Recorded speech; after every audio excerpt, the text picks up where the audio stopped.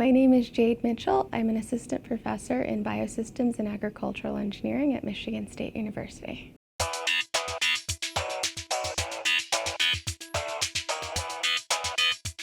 We usually buy our food at a grocery store, which seems like a really sterile environment, but the truth is that our food is grown outside and it's not a very sterile environment. And the same thing is with our water. The work that I do looks at what the risks are in terms of numbers of pathogens or different types of bacteria that we measure in food and water and how they may impact our health, so that when people are trying to establish the quality of a food product or the safety of it, they have some guidelines for determining what that actually means.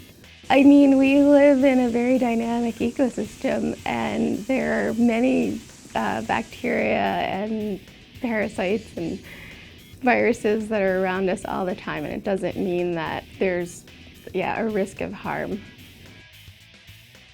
I look at trade-offs in risk in my work. So in terms of food security, one of the things I do is I look at trade-offs between availability and quality, so quality and quantity, because we don't want to sacrifice nutrition in order to produce more quantities.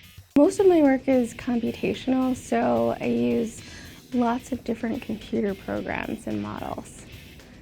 Some of them we write ourselves, so coding is a big part of my job, but there are also some other tools, like the Environmental Protection Agency has their own models for measuring how toxins and microbes are transported through the environment, so we also apply those.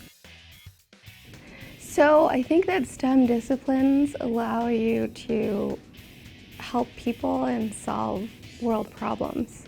In terms of developing technologies to deal with the grand challenges that we have, like water and food security, those require STEM disciplines.